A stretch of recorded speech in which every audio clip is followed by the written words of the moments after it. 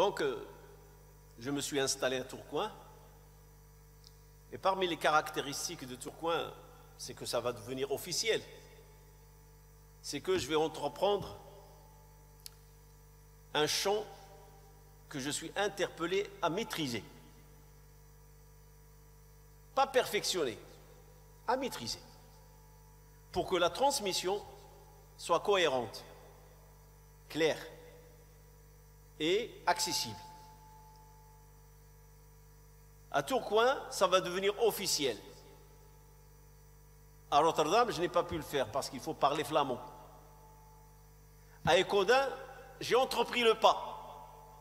Suite à une interpellation d'un certain frère que je vous ai dit qui s'appelle Arbi Ourja, il m'a dit là, il y a 2 frères qui viennent prier avec nous, c'est des convertis, sans parler des petits musulmans qui habitent à Écaudin et qui sont d'origine musulmane, mais dont l'arabe ne fait pas partie de la langue officielle chez eux. Je vous ai dit, ils parlent soit la langue française, parce qu'ils vont à l'école, soit ils parlent la langue de la maman à l'intérieur du foyer. Et en général, c'est la langue à Écaudin, c'est la langue Shlha, surtout Shlha de Sousse, celle du sud du Maroc. Il y avait une seule famille qui était de Rif, et puis il y avait d'autres frères qui sont algériens, il y avait des Kabyles, il y avait un peu de tout.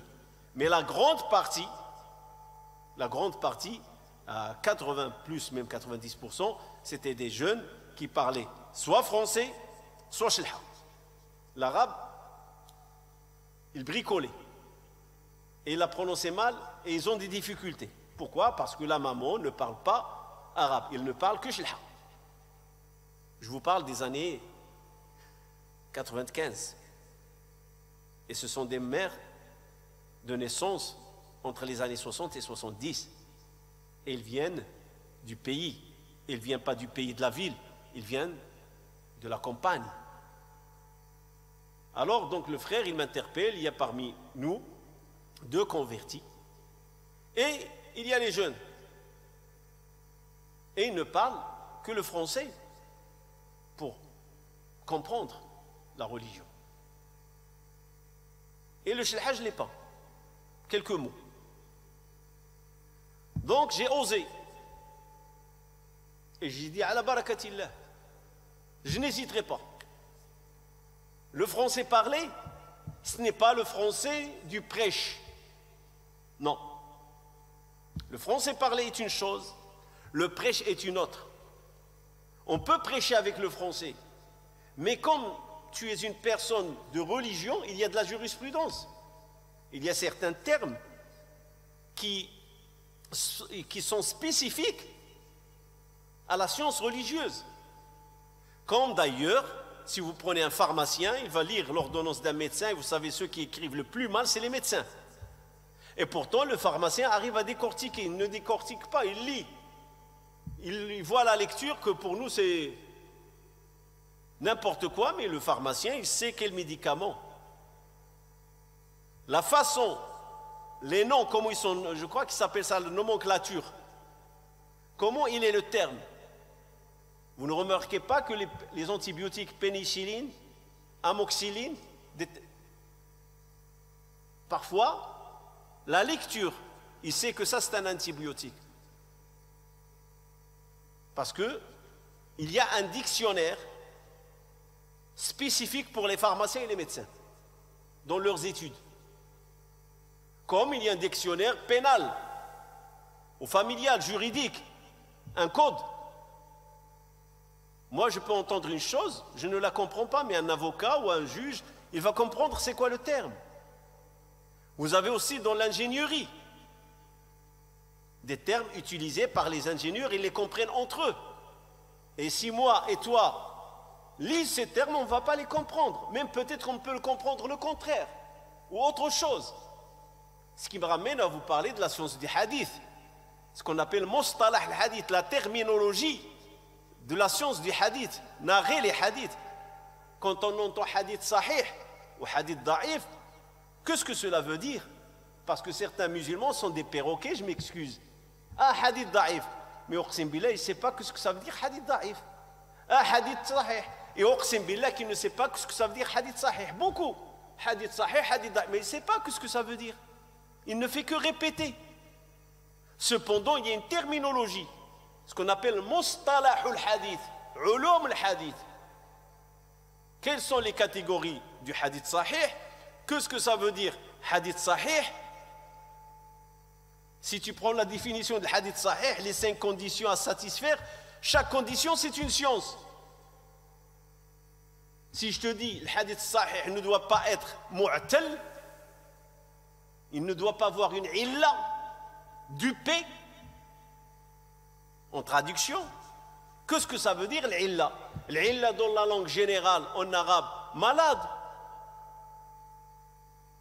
Malade, je suis malade. Alil, Alil, je suis malade. Ana alilun, ana maridun, je suis malade. Est-ce que le hadith est malade? Non, il a un autre sens. Le hadith sahih authentique, on dit sahih, il est fort. Est-ce que le hadith, il a une force? Force d'authenticité. Et il y a des conditions. Et quand tu dis un hadith da'if, c'est quoi le hadith da'if? Il y en a qui ont dit une centaine de da'if. Oui, une centaine. Hein? J'ai dit en arabe une trentaine, quarantaine, c'est la masse générale. Mais chaque hadith, quand tu dis hadith da'if, par exemple, munkar, c'est un hadith da'if. Mais munkar veut dire quoi? Il y a nakara al-rawi, nakara al-matn. Munkar, inacceptable, rejetable. Il ne convient pas que ça fait partie de la sunna. Pourquoi? Ça, c'est une science. Et donc, il y a un dictionnaire, une terminologie que l'imam ou la personne qui fait les conférences, il est obligé d'avoir. Sinon, il fera des dégâts. Le fiqh. L'imam, il va donner une fatwa, on va lui poser la question. Et il y en a ceux qui n'ont pas étudié le fiqh. Ils ne savent pas la terminologie du fiqh. Vous les voyez entre deux couleurs, blanc ou noir. Yajouz, la yajouz. Permis, non permis. C'est faux. Le fiqh, c'est des niveaux. Hier, une personne me soulève, je vous donne une réalité, avant-hier, jeudi. Une personne me parlait de la hijama. Il me dit, la hijama, il est détestable. En arabe, makro. Sauf le lundi, le jeudi. Elle est détestable mardi, mercredi, vendredi, samedi, dimanche. Elle me dit, la personne, elle a des arguments. Elle ramène l'argument, le hadith d'un des compagnons dans lequel le prophète sallallahu alayhi wa sallam, il dit, la hijama en état de jeûne, elle a des vertus. Quel lien entre le jeûne et dire que la hijama est détestable le mercredi, le vendredi, le samedi, le dimanche, le mardi? Quel lien? Mais malheureusement, c'est des gens qui lisent, mais n'ont pas la jurisprudence. Ils ne savent pas ce que ça veut dire le terme détestable. Ma ma'na makruh. Ils en tirent. L'autre jour, jeudi, un frère, il est venu avec son téléphone. Il dit, voilà mon frère, les gens utilisent les tapis. Et c'est déconseillé par un hadith du prophète sallallahu alayhi wa sallam de marcher sur la Kaaba. Et beaucoup de tapis, il y a l'image de la Kaaba et les gens prient dessus. J'ai dit, barakallahu fik, pour ne pas rentrer dans la polémique, barakallahu fik. Un imam qui n'a pas une science de la jurisprudence, il ne connaît pas les niveaux de la jurisprudence, il ne connaît pas les niveaux du jugement, l'ahkam, il fera des dégâts. Il ne verra que noir ou blanc, halal, haram, intaha.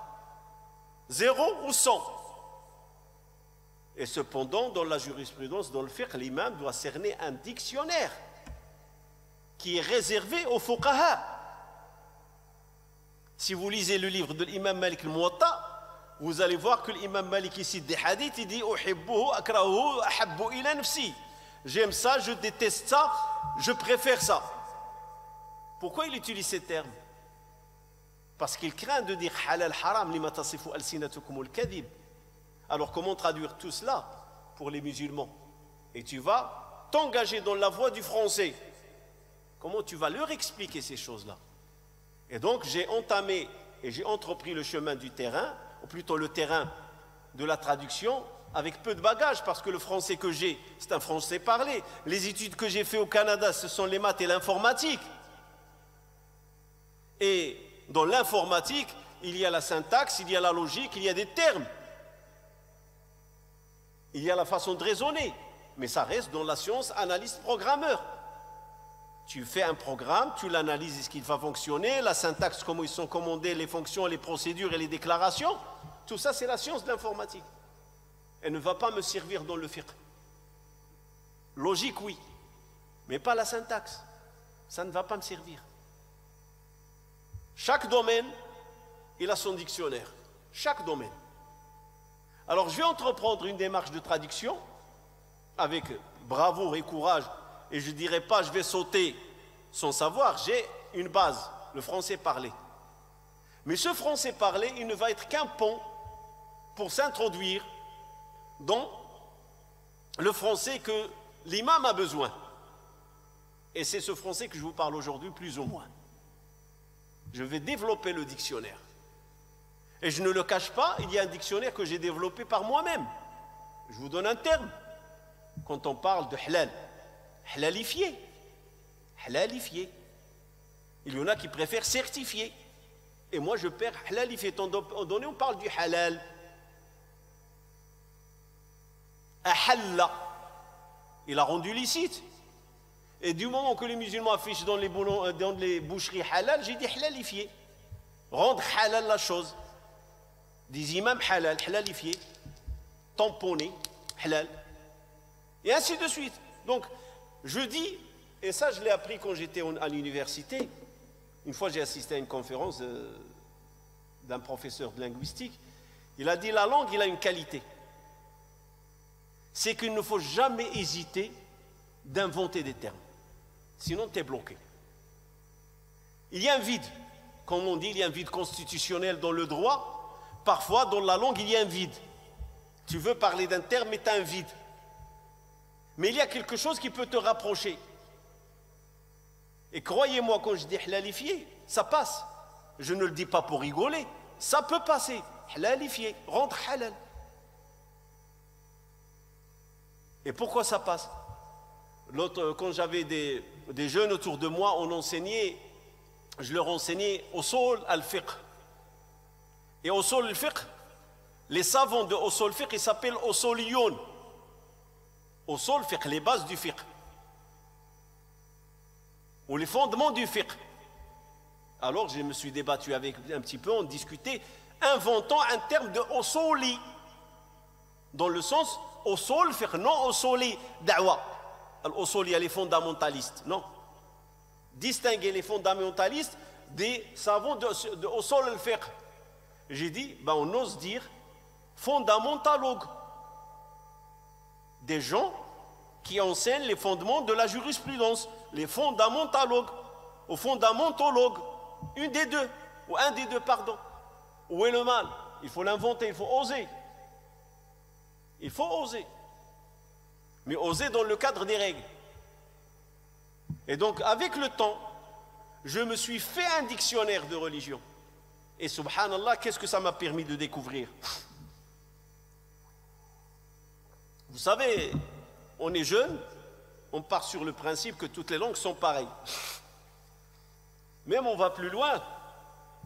Chaque communauté ou chaque pays ou chaque nation se vante que sa langue c'est la meilleure. C'est une règle aussi. Vous allez parler aux Américains, ils vont vous dire que notre langue c'est la meilleure. Vous allez parler aux Américo-Latino, ils vont vous dire l'espagnol c'est le meilleur. Les Portugais ils vont dire c'est le meilleur. Chacun est fier de sa langue. Chacun. Moi, arabe, musulman, je dis que l'arabe c'est la meilleure. Mais dans mon état d'esprit et dans mes études, comme je n'ai pas beaucoup approfondi l'étude de la langue arabe, dans mon état d'esprit, toutes les langues sont pareilles. C'est ce qui permet la communication. Il n'y a pas une langue supérieure par rapport à l'autre dans le cadre de la communication. L'essentiel entre nous, Allah subhanahu wa ta'ala nous a donné tous la possibilité de communiquer. Même on peut communiquer avec des gens qui sont muets, ceux qui ne parlent pas, les gestes, langue des gestes, on communique. Mais en allant dans la traduction, je vais découvrir que dans le cadre de la communication générale publique, oui, mais dans la communication particulière, scientifique, encadrée, non. Il y a des langues qui sont supérieures par rapport à d'autres. Il y a des langues qui sont capables de couvrir la demande et le besoin. Et il y a des langues qui ne sont pas capables. Et c'est pour ça que ces langues qui ne sont pas capables, ils étaient influencés par d'autres langues, comme l'influence de l'arabe sur l'espagnol et sur les langues européennes. Il y a au-delà de 1000 mots qui existent dans le langage européen. Je crois en France, dans le français, il y a l'arabe, il se manifeste. En espagnol, il se manifeste, l'arabe. Pourquoi? Parce que on était obligé d'aller chercher ces termes dans la langue arabe. Parce que c'est la langue arabe qui les a ramenés. Et on ne pouvait pas les traduire autrement, on a pris la langue arabe. Comme d'ailleurs aujourd'hui, vu que la langue arabe, ce n'est pas une langue internationale de dominance, il y a l'anglais, il y a le français, il y a l'espagnol. Un jour, j'écoutais un savant qui parlait i'adat at-takrir ou i'adat at-takwin. Et il a utilisé un terme tiré du français. Il a dit raskala, recyclage. Je lui dis pourquoi tu as évité i'adat at-takwin et tu as utilisé raskala. Il m'a dit parce que raskala c'est un mot, recyclage. Alors pourquoi je vais me casser la tête à dire i'adat at-takwin? Pourquoi je vais me casser la tête?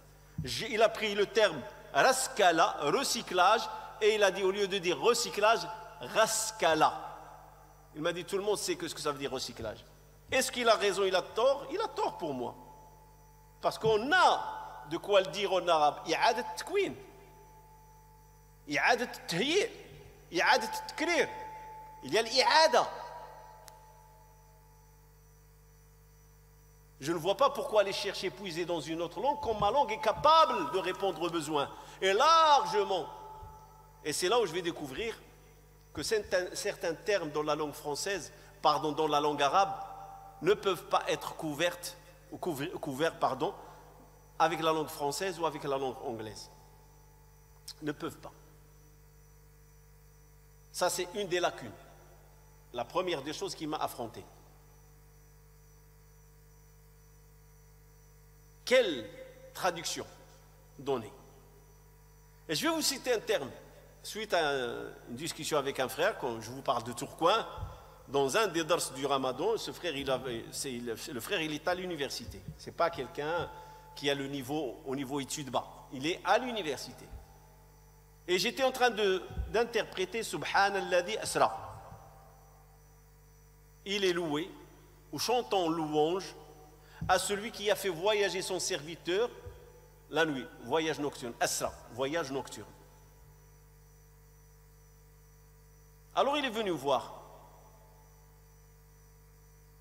Il m'a dit, chantant louange ou louange, quelque chose. Ça ne va pas avec le terme. Je ne me rappelle pas exactement ce qu'il m'a dit. Mais il veut contester Subhana. Je dis, Akhi, je n'ai pas trouvé. Entre chantant gloire et chantant louange. Je sais que c'est entre deux. Je n'ai pas trouvé le terme pour traduire Subhana. Sabbih, yusabbihu, sabbaha, Subhana. Ce verbe, sin, baha, sabbaha, at-tasbih, n'a pas de traduction dans la langue française. Le louange, c'est le hamd. La gloire, c'est le nasr. Quelle traduction je vais donner? Et si vous prenez les Corans, vous allez tous trouver que ça tourne autour de gloire et louange. Et pourtant, ce n'est pas cela. Parce que Subhana veut dire quoi? Subhana, il est sacré et protégé, subhanahu wa ta'ala, par lui-même contre tout diminutif.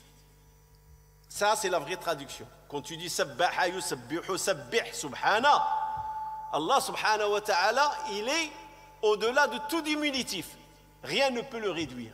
Trouve-moi un terme en français qui peut donner ce sens-là. Jusqu'à présent, je n'ai pas trouvé. J'ai cherché, je n'ai pas trouvé.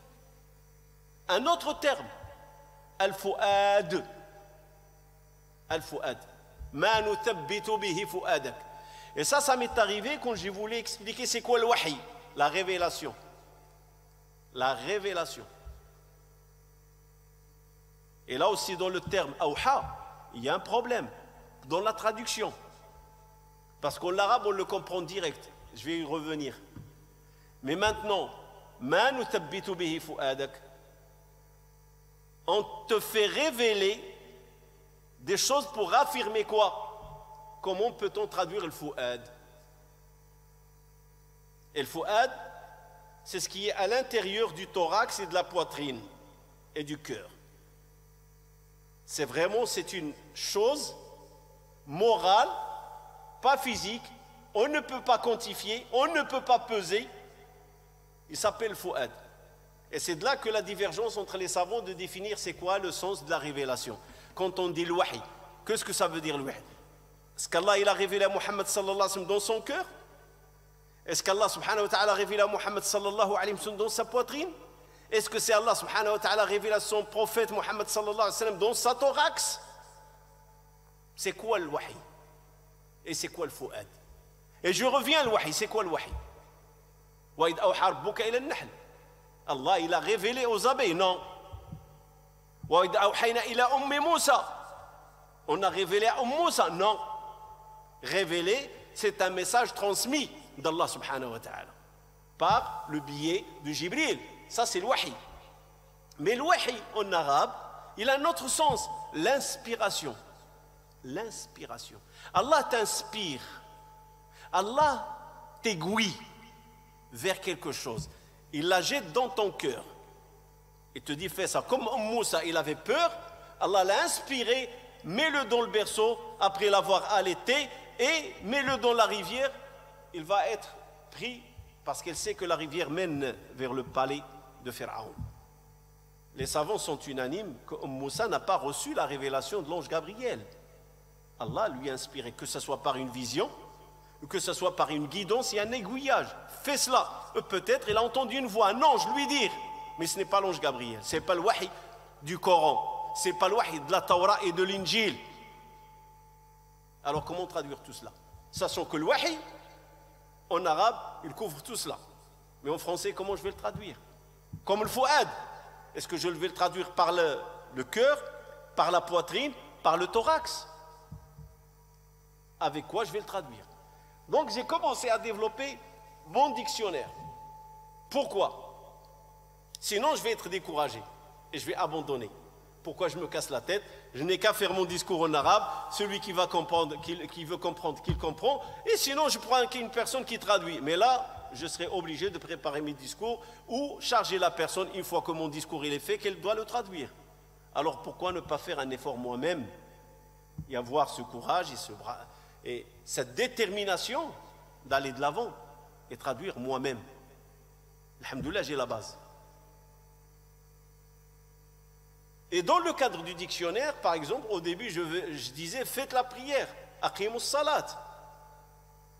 Mais en lisant les traductions du Coran, j'ai commencé à dire, accomplir la prière. Ça a plus de sens que faites.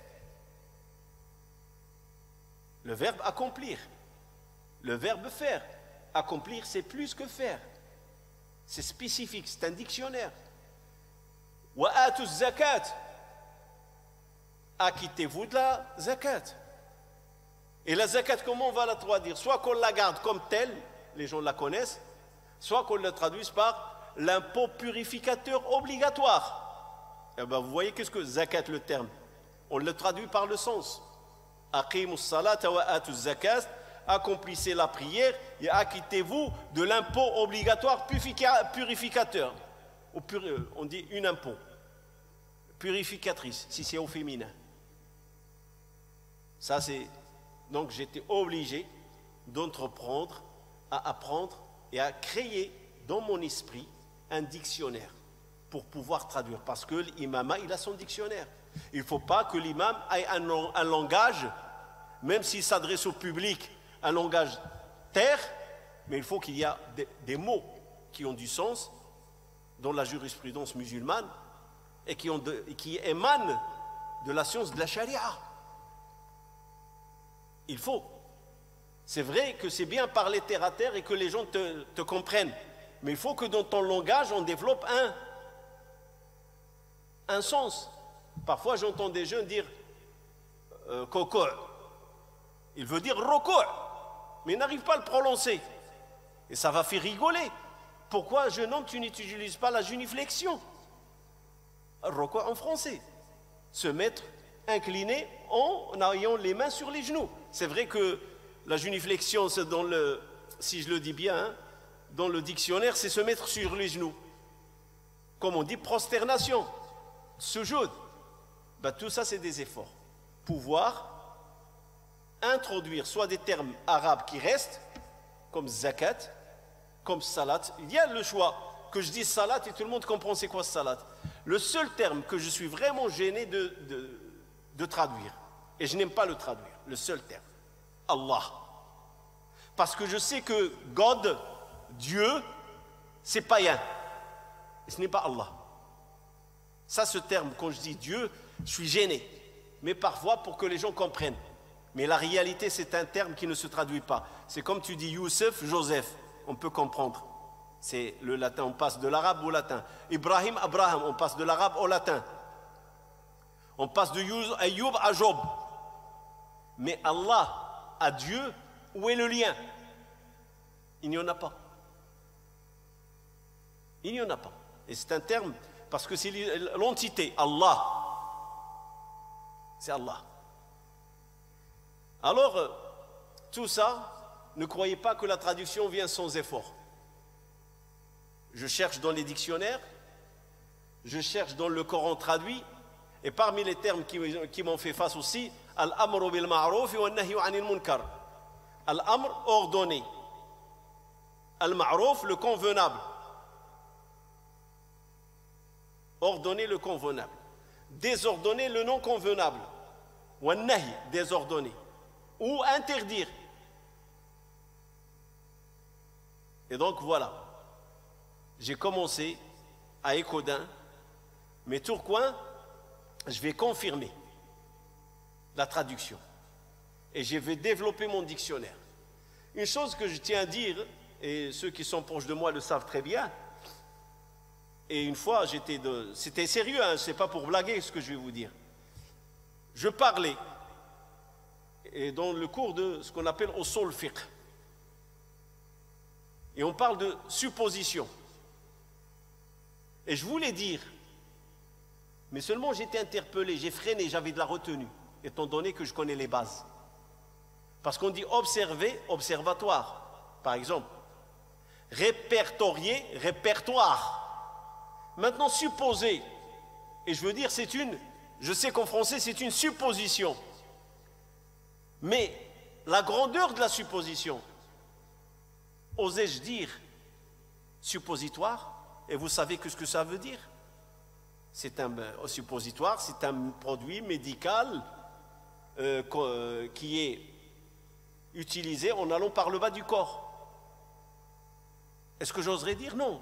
Vous imaginez, je n'ai pas la maîtrise, et je parle des gens, et je vais dire, ça reste quelque chose de suppositionnel, une supposition.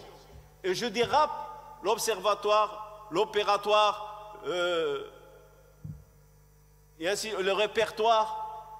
Et j'ai failli, et j'ai débattu avec ceux qui sont autour de moi, parce que moi, en arabe, chaque dérivé du langage français, du langage arabe, je sais qu'est-ce qu'il y en est. Comment on fait les dérivés, les ishtiqaqat, on appelle ça les ishtiqaqat. Il y a le petit ishtiqaq et le grand ishtiqaq. Les petits dérivés, les grands dérivés. Il y a des grandes dérivées et les petites. Ishtiqaqun saghir wa ishtiqaqun kabir. Akala, ya'kulu, ma'kalun, ma'kulatun, et ainsi de suite. On a la racine et de là on va dans les dérivés. Mais parfois la dérivée elle n'est pas apparente.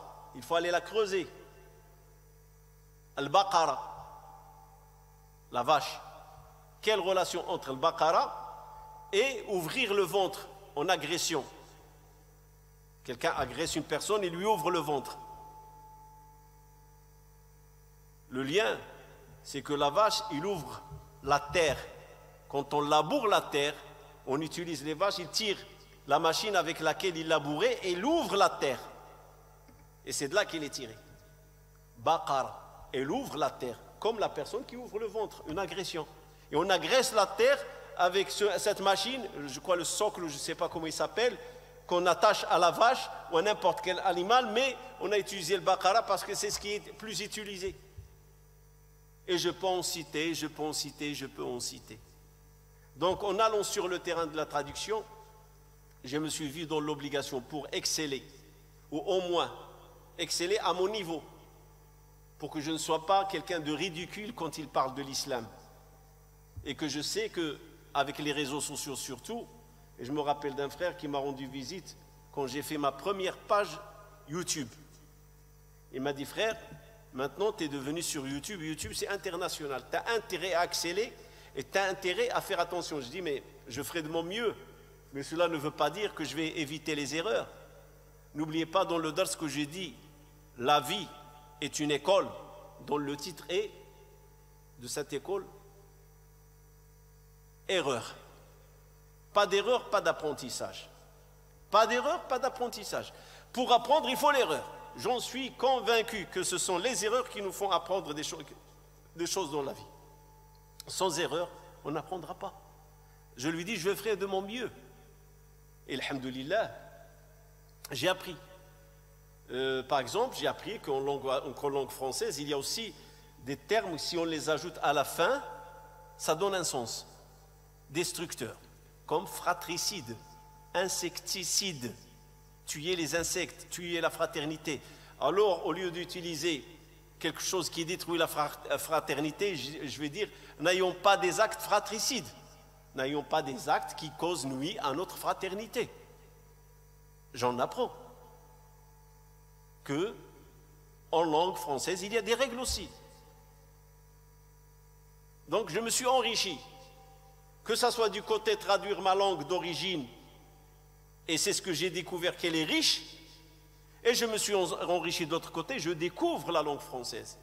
Parce que là, c'est pour créer un dictionnaire propre aux imams, aux hommes de jurisprudence. Quand ils parlent au public, ils leur parlent un langage accessible, audible, mais en même temps, un langage qui contient des mots techniques pour enrichir aussi ceux qui nous écoutent. Aujourd'hui, pour arriver à la fin, la langue française, si ce n'est qu'à moi, et je le disais depuis longtemps, si ce n'est qu'à moi, la langue française doit être quelque chose d'obligatoire dans les mosquées. Si ce n'est qu'à moi, ça doit être obligatoire. Comme l'échange avec nous et l'administration. Quand on échange avec l'administration, on a quoi? Ce n'est pas des courriers qui sont écrits en arabe ou d'autres langues, c'est écrit avec la langue du pays. Les seules choses qui doivent rester en arabe, et je ne le dis pas pour agresser la langue arabe ou massacrer la langue arabe. La langue arabe, personne ne peut la réduire. Tant qu'il y a le Coran, la langue arabe, elle est haute, elle est grande. Personne ne pourra la teinter ou la réduire. Personne. On pourra déformer la langue arabe et inventer une langue arabe. Ils peuvent faire comme ils veulent. Tant que le Coran, c'est lui la référence. Le Coran, il domine. Le Coran domine. Il domine toutes les langues. Tant qu'il est là. Quand Allah dit c'est nous qui avons fait descendre le rappel. Et c'est nous qui vont le protéger. Donc la langue arabe, elle est protégée par la protection du Coran. Et qui protège le Coran? Allah subhanahu wa ta'ala. Alors moi je parle dans le cadre, n'oubliez pas, je tiens à le rappeler, je suis imam, prédicateur. Si on veut que notre message réussisse, si on veut que les gens comprennent notre religion, et pas dans le sens que les gens se convertissent à l'islam, Ça, c'est leur choix. Moi, ce qui me préoccupe, transmettre l'islam. Voilà notre religion. Ne croyez pas ce qui se dit dans les médias. Ne croyez pas à la désinformation. On apprend l'islam chez les musulmans dans les mosquées. La viande, je ne vais pas la chercher au pharmacien, je vais la chercher chez le boucher. Les médicaments, je ne vais pas les chercher chez un charlatan, je vais aller les chercher chez un docteur avec ordonnance à la pharmacie. C'est la règle. Et ce sont les règles du jeu de la société. Une société responsable, ce sont les règles du jeu. Et pour transmettre notre religion dans la clarté, il faut que notre message soit audible. Et pour qu'il soit audible, il faut que notre message soit avec la langue du pays. Je dis la même chose pour l'espagnol, pour l'italien, pour celui qui est dans une zone flamand, comme la Belgique et certaines parties de la Belgique et la Hollande qui parle flamand, ou l'allemand, ou britannique, l'anglais, les Américains anglais, Canada, il y a l'anglais et le français. Je dis, pour réussir notre message, il faut qu'on parle le langage du pays. Et si ce n'est qu'à moi, l'adhan c'est l'arabe, le Coran c'est l'arabe, personne ne changera l'adhan, personne ne changera le Coran, personne ne changera l'iqama. Ce sont des choses qui doivent rester immuables. Quand l'imam commence son discours de vendredi, il le commence avec Inna alhamdalillahi, ça ne changera pas. Il peut faire un résumé. Notre khutbah aujourd'hui, khutbatun al-yawm, kada wa kada, on va parler du sujet tel, et fait un résumé de 5 minutes, et il attaque avec la langue du pays. Parce que le but, c'est de transmettre. Et c'est ça la vraie adoration. La vraie adoration, l'ibad al-haqiqiyya, c'est transmettre le message d'Allah pour qu'il soit compris. Ceux qui veulent le suivre, ils peuvent le suivre. Ceux qui veulent l'entendre, ils l'entendent. Et ceux qui veulent au moins combattre ce langage, on va les combattre face à face. On sait, voilà notre langage, voilà notre message. Et vous savez, tant qu'on n'a pas entrepris cette démarche d'officialiser la langue française dans les mosquées, dans nos activités, on aura toujours des gens ridicules qui vont nous représenter, qui ne sont pas capables de respecter le sujet, le verbe, le complément, direct, indirect. Ils ne sont pas capables de respecter. Et quand ils parlent français, ils le représentent comme des représentants, avec un look, la chachia, la veste, l'asala ou le mu'asara, tradition et modernité. Et on dit voilà les représentants du musulman, quand ils parlent français, c'est la honte. C'est fait exprès pour nous ridiculiser, sachant qu'on a parmi nous ceux qui ont l'allocution et qui ont la capacité d'exprimer correctement et parler de l'islam sainement et d'une façon audible et compréhensible. Mais quand on laisse le terrain vide et on ne veut pas officialiser la langue dans nos mosquées, il y aura toujours des opportunistes et des imposteurs qui vont se mettre en avant, qui vont dire on est les représentants. Mais maintenant les gens qui comprennent les musulmans, ils disent non, les musulmans quand ils parlent français, ils sont audibles, ils sont cohérents, on les comprend. Celui-là ne peut pas représenter les musulmans. Il va être rejeté d'office par les gens. Pourquoi? Parce qu'ils savent que l'islam, il est clair. On va à la mosquée, quand on va dans les mosquées, on écoute les imams, ils parlent français. Les responsables s'expriment en français. Mais malheureusement, parce que le champ, il est libre, on est encore gêné dans ce pas-là. Beaucoup, je vous le dis, ils n'ont pas encore l'audace et le courage d'aller de l'avant pour dire officialisons la langue française dans les mosquées. Beaucoup n'osent pas. Pourquoi? La vraie adoration, c'est quoi la vraie adoration? C'est que tu transmets le message d'Allah. Et tu veux interpeller par là, tu vas interpeller quoi? Tu vas en Chine. Allez, je veux dire, moi je suis musulman français, je vais aller en Chine. Je vais oublier arabe. Et je vais aller en Chine. Et vous savez comment ils sont les Chinois? C'est les lèvres, les dents. Comment je vais leur parler? Je vais commencer à leur parler français, ils vont me regarder. C'est bien, machallah, c'est un musulman, machallah, la baraka, on va t'essuyer. La baraka, t'es musulman, arabe, machallah, machallah. Les enfants de Sahaba, c'est les Arabes. Et c'est fini. Mais est-ce que tu as laissé quelque chose derrière toi, constructible, utile? Non. Tu n'as rien planté. Tu as fait du tourisme. Et tu es revenu. Mais l'islam, on plante, on produit, on récolte. Et si ce n'est que transmettre l'image saine. Mais tu ne peux pas transmettre l'image saine avec des mots qui ne sont pas sains. Et pour que les mots soient sains, il faut que ce soient des mots audibles, ça passe par les oreilles, et ils sont assimilés par la raison, et compris. Et compris. Un détail que j'ai oublié de dire, je viens de me rappeler, pour dire que ça c'est une difficulté, quel terme choisir pour traduire? Parmi les attributs d'Allah, il y a le croyant. Je le prends comme exemple, et il y en a plein. Le croyant, on sait ce que ça veut dire. Moi, je présume que je suis un croyant. Donc, j'ai cru en Allah. C'est une qualité supérieure à musulman. Les Arabes, ils ont dit, on a cru. Allah leur a dit non. Dites plutôt, on s'est soumis. On a embrassé l'islam. On s'est soumis. Allah, il a rejeté le degré de la croyance. Donc, c'est un degré supérieur. Allah est le croyant. Et le croyant, c'est celui qui croit en Allah, ses anges, ses livres, ses prophètes, et la suite, les 6. Allah le croyant, ça veut dire quoi? Quelle traduction je vais utiliser pour Allah le croyant? Il croit en quoi Allah pour le traiter de croyant, subhanahu wa ta'ala, pour lui attribuer le croyant? Il croit en quoi? Je n'ai qu'un verset qui peut me sortir de cette situation. Shahid Allahu annahu la ilaha illahu. Allah, il a attesté qu'il n'y a qu'un seul Dieu que lui. La ilaha, aucune autre divinité que lui. La ilaha. Je vous ai dit, je suis gêné de traduire Allah par divinité, mais je n'ai pas le choix, c'est ce qui existe dans la langue. Nulle divinité que lui. Et puis qui a témoigné avec lui? Wal malaikatu wa ulul ilmi qa'iman bil qist.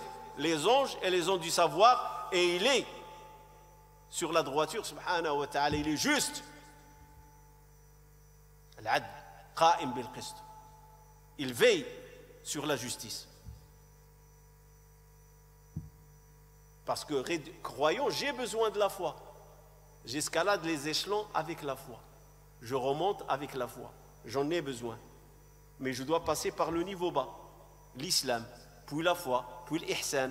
Vous savez, vous connaissez le hadith de Jibril. Mais je dis Allah est croyant. Et c'est dans le Coran. Al-mu'min, al-muhaymin. Le croyant, le dominant. Qu'est-ce que ça veut dire? Ça, ce verset me l'explique. Mais il y a une autre interprétation donnée par les savants des attributs. Al-mu'min, celui qui rassure. Mais le mu'min, le rassurant, ou l'assureur, ça s'appelle le mu'ammin, pas le mu'min.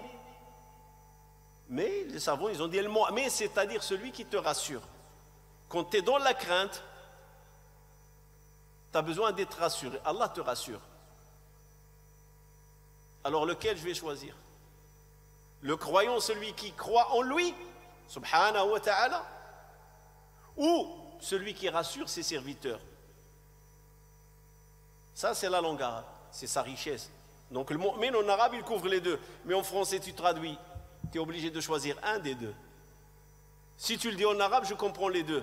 Il croit en lui, subhanahu wa ta'ala, et ses gens sont témoins, ainsi que les gens du savoir, ou celui qui rassure les serviteurs, il leur dit ne craignez rien. La khawfun alaykum wa la antum tahzanun. Ne craignez rien. Donc le mu'min, il fait apaiser et donne sécurité, tranquillité à ses croyants. Et comme je l'ai dit, je peux en citer. Subhana rabbika rabbil izzati amma yasifun.